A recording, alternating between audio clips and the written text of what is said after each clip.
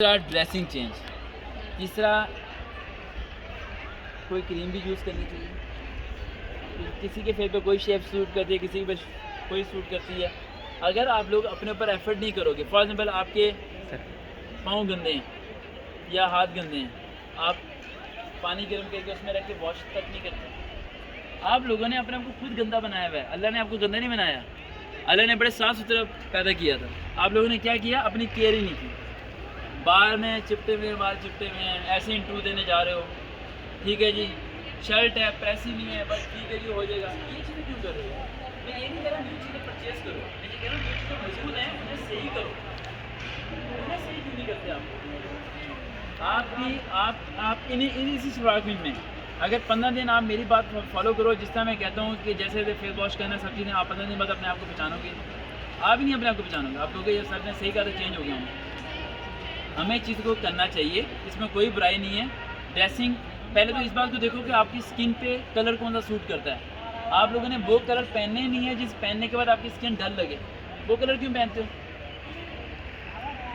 कुछ कलर्स ऐसे होते हैं जो कलर आप पहनते हो तो पिक्चर बनाते हो तो आपकी स्किन एकदम रेडिश चमक रही होती है, आपको यार कमाल हो। और कुछ कलर्स ऐसे होते हैं जो आप पहनते हो तो आपकी स्किन एकदम डल लगती है। तो पहले तो आप लोग नोट्स बनाओ कि आपकी स्किन पे कलर कौन सा सूट करता है, उस कलर्स की नोट्स बनाओ, फिर उसे फॉलोअप करो।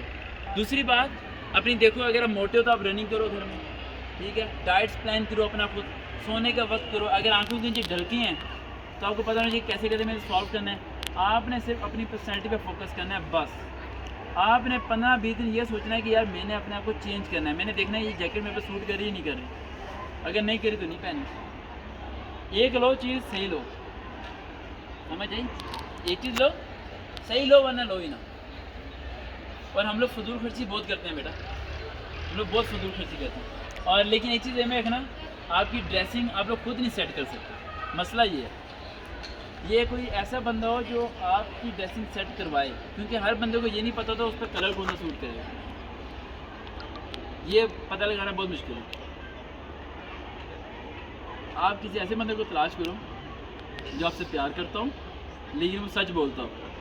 ये ना ऐसा प्यार ना करता हो कि वो आपको, हमारे याद है मुझे एक टीचर था, येलो कलर की शर्ट, रेड कलर की पैंट और ब्लू कलर की टाई लगा के आ गया, और बहुत बुरा लग रहा था यानी। और मेरे से एक गलती होगी कि मेरे पास ही जब वो गुजरा, मैंने कहा sir you are looking awesome. उस बंदे ने 3 दिन वो कपड़े नहीं बदले,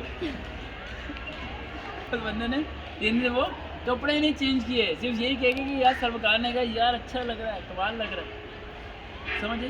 तो ये मिस्टेक नहीं करनी।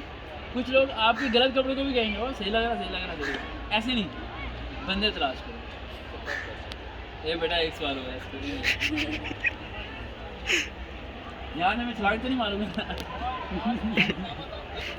भाई पूछ लो सवाल यार, इसे मैं साथ ले जाऊंगा लोग वापसी में भेज दूँगा। तो जैसे आप कह रहे हैं कि मतलब लोग कहते हैं, लोगों की बातों में आने से बचने के लिए हमें क्या करना? ये बड़ों कैसे है, लोगों की बातों में आने से बचने के लिए क्या नहीं, लोगों से कम मिलना है।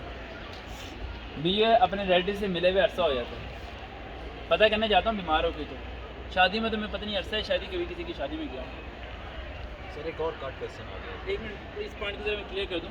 आप लोगों ने क्या करना है, आपने कोशिश करना है गैर लोगों से मिलो जो अगर में जानते ना हो, लेकिन उन्हें अपने बारे में ज़्यादा मत बताओ। फॉर एग्जाम्पल आपको इंग्लिश नहीं आती, आप इंटरव्यू देने जाते हो, वो आपसे इंग्लिश में इंट्रोडक्शन पूछता है और आप उर्दू में देते हो, तो वो कहेगा इंग्लिश में क्यों नहीं देते आप? तो आप कहोगे सर मुझे इंग्लिश नहीं आती। किसने बताया इंग्लिश नहीं आती? आपने। तो फेल वो किसे करेगा?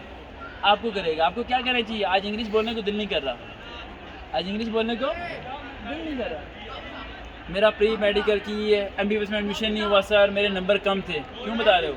सर मैं डॉक्टर बनना ही नहीं चाहती थी। जो चीज़ गुजर गई उसे छुपा के रखो।